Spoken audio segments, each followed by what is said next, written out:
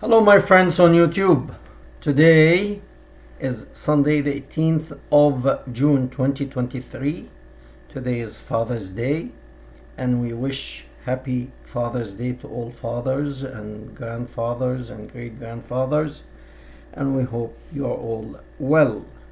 Today's video is Muslims do not lie. That's a lie. Okay.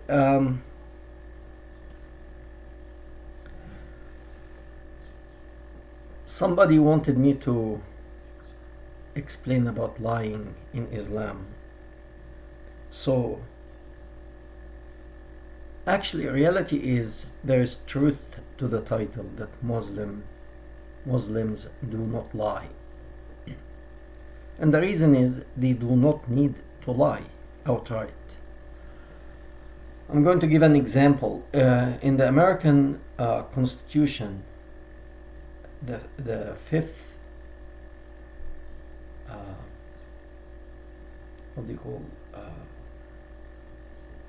amendment in the American Constitution, it says it gives the right to the individual to protect himself from the government.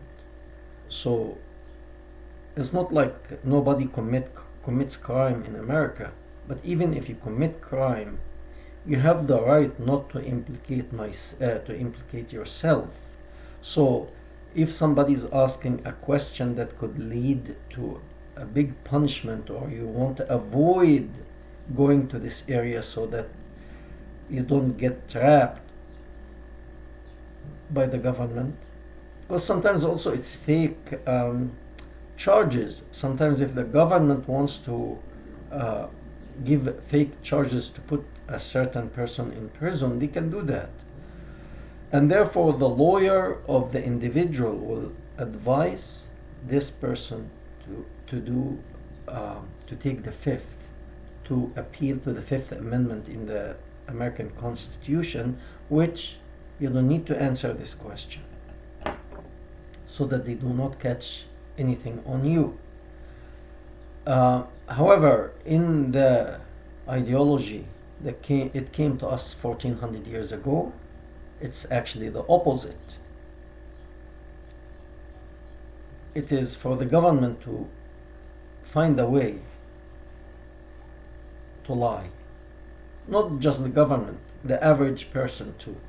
It gave a license for everybody, including the governments, to lie. So when you have a license, let's say, for example, if I need to get married, I need to get, they produce me a marriage license, the state or the country where I live. I have a license, it says I am married. Therefore, if any legal entity ask me if I'm married and they need to prove that, I show them the license. Okay, so the Muslim person has three ways to lie according to the teaching came 1400 years ago. First, let's define a lie. A lie is to say something opposite to reality. If I took something and somebody asked me, did you take this? And I say no, and I know I took it, this is a lie. It's opposite to reality. Okay, so there are three ways in Islam that a person could lie. Number one, actually I have no problem with these three lies, because it's in a way white lies and it doesn't bring any benefit to the person who is lying. For example, let's say a friend of mine who is, let's say, in need, and I go to visit him and I take money out of my own pocket and I put it on the table and I leave. Then he calls me later, I found this amount of money in my home on the table after he left. Is that your money? You forgot it there? I would say, I have no idea what you're talking about. I don't know. I don't know. Maybe somebody else. I don't know. This is a lie, but I'm not gaining anything out of this lie. I'm not sacrificing this person for my sake. So in a way, I consider this as a white lie. It's okay in that case. So when I take this into consideration, the first lie in the teaching of the founder of Islam is the time of war. I agree with that, because let's say in the war between Ukraine and Russia, it doesn't matter who's right, who's wrong now. It is, let's say, an officer from Ukraine was captured by the Russian and they interrogates him. I don't think it is very wise to lay out all the plans of Ukraine, or vice versa. Let's say the Ukrainian took a Russian officer and they interrogate him. I'm sure he will lie, because you don't want to give your war secrets and your weapons to your enemy.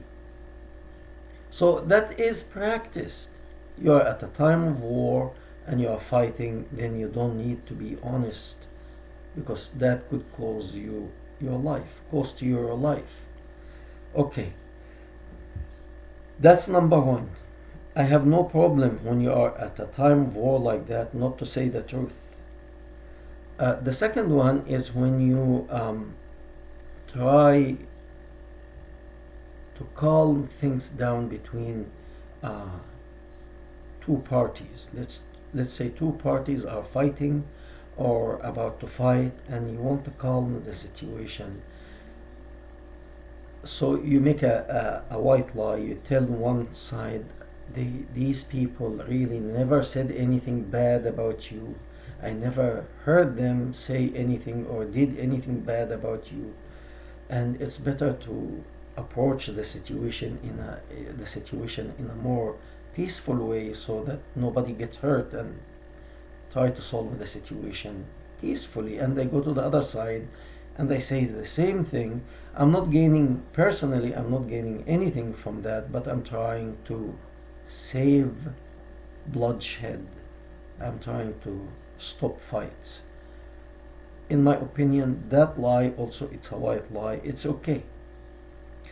And the third lie the founder of this ideology said is, when a husband somewhat tells a wife a lie that he loves her, and so that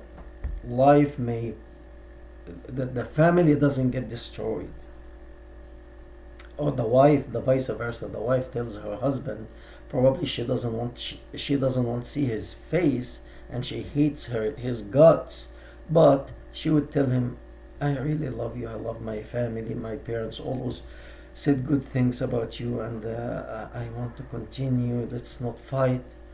And if she's doing that with the intention so that things might get better or change, and let's wait, in the future things might get better, I also don't have any problem with that. It's considered a white lie. The first thing, which is the lie at war, I have some problem with it, and the reason here is, since this ideology came to us 1400 years ago, they are at war with everybody who do not accept the exact same dogma they are giving to us, including like the Muslim Sunni. They consider the Muslim Shia as infidel, and they ought to be treated as the Jews, the Christian, the atheist, the agnostic. Everybody is enemy of Allah. Like, for example, there are 8 billion people on earth. Approximately 2 billion are Muslim. They are at war with the 8 billion. Not only that, if we take, for example, the Shiite, who is approximately 500,000,000 people on earth, they are at war with everybody else, with the 7.5 billion other than Shia. And the Sunni, the same thing. The Sunni is about 1.5 billion. They are at war with 6.5 billion. So war doesn't stop since it started 1400 years ago, because those who follow this faith or belief, everyone other than their small little group is their enemy, and they are at war, constant war with them. I don't know how can a person lives like that, always harboring hate, anger, resentment, destruction to your neighbor. Let's say my neighbor is a Jew. How are you going to live your life always hating your neighbor? Anyway, I have a problem with that first one, which at war. Okay, because that's not a white lie. That's a very dark lie.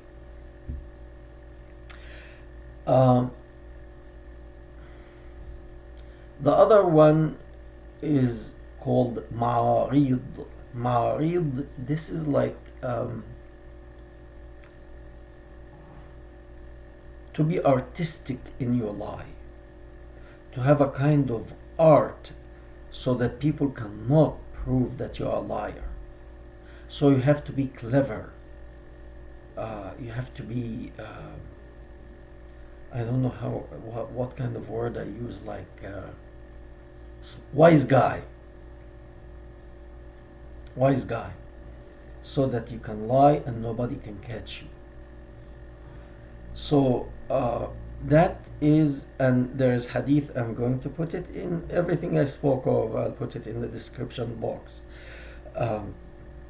There's hadith, it says ma'arid, which that kind of lie is better than the direct lie. It's a lie, yes, but because you are using clever ways to get away with it, it's okay. It's better than the direct lie.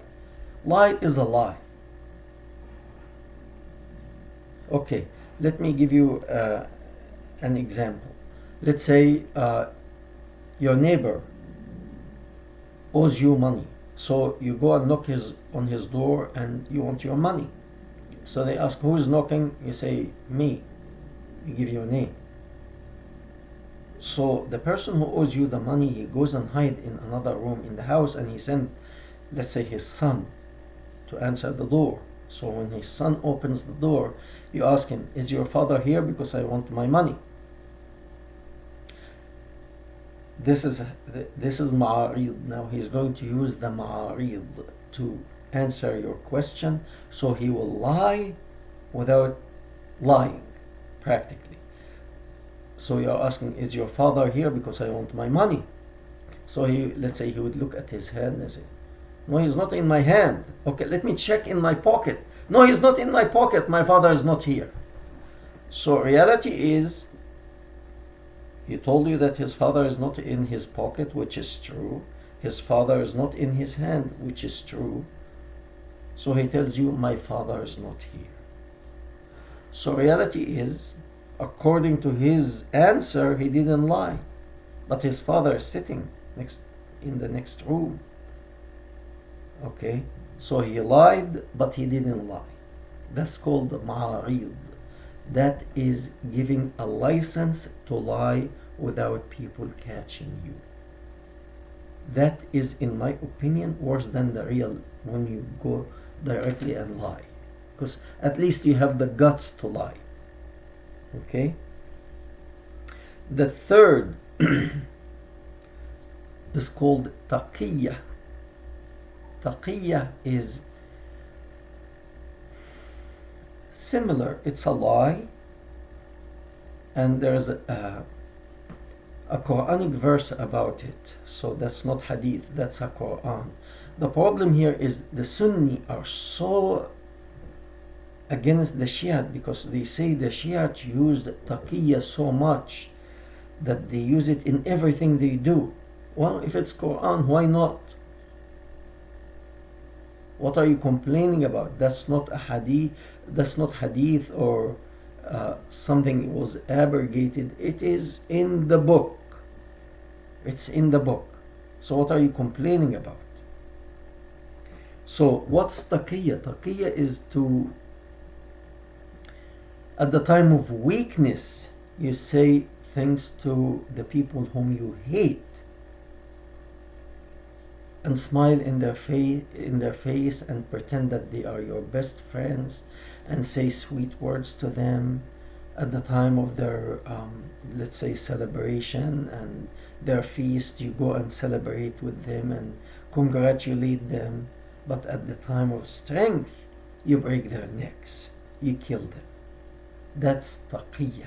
Taqiyya is to say one thing to, like for example, there's a very small group of Muslim sect called Ahmadiyya, and they are found here in the United States. I'm sorry. They are found here, many of them are here in the United States, and they are hated by the Sunni, the Shia, everyone else. And they're a very small group, and I'm using them as an example because of their size. They are the smallest of all, probably. And therefore, if they are true Muslim, they have to practice the same thing that is in Quran, which is taqiyya, means they will go and greet the Muslim Sunni and greet the Muslim Shia and hello brother, good to see you brother, but deep in the hearts, I'm not saying all of them do that, but according to the teaching, deep in their heart, their hearts, they hate their guts and they wait for the moment to come so that they can kill them all. And the Shiite want to do the same with the Sunni, and the Sunni want to do the same with everyone else. So, but at the time of weakness, smile, treat them well, be sweet with them, be friendly until you have the upper hand. Then do everything you want. Slaughter them, kill them, chop their heads off. So, if the Muslim has all these means and ways to lie, why shouldn't he? I mean, in the American Constitution, we have a right. You have the right, if somebody is interrogating you and can put you in difficulty, to plead the fifth, not to answer this, not to respond to this kind of question, to protect yourself from probably a very corrupt person trying to get you, or corrupt institute trying to get you, or corrupt government trying to get you. Okay, so you stop, you have that right. And the teaching that came to us 1400 years ago is giving the right to the believers to lie in many different ways. Why shouldn't they use it? It's in Hadith and it is in Quran.